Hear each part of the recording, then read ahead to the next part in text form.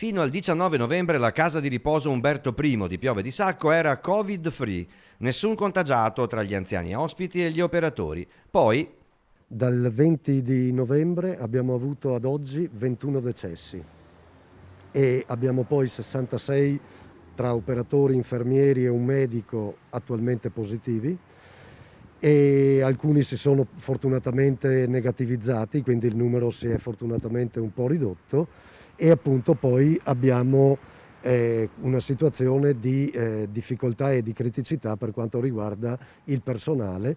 da un giorno all'altro il CRAUP si è trasformato da isola felice del Covid-19 a centro di contagio. Che cosa è successo?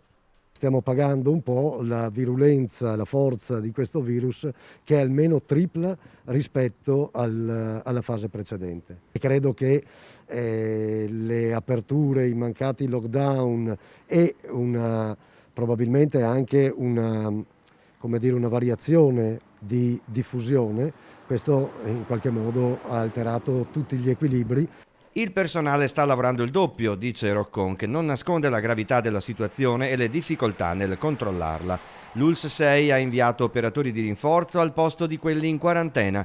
Fanno ben sperare per il futuro, ma con prudenza, i dati su ospiti e personale prima positivi e ora negativi.